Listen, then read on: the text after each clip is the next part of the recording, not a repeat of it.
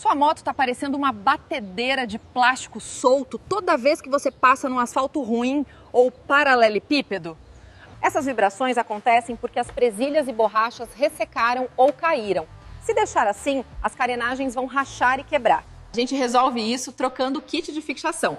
Repomos as presilhas e borrachas para sua moto voltar a ser silenciosa igual quando saiu da loja. Acabe com o barulho irritante e proteja as peças da sua moto. Passa na Lucas Motos hoje mesmo.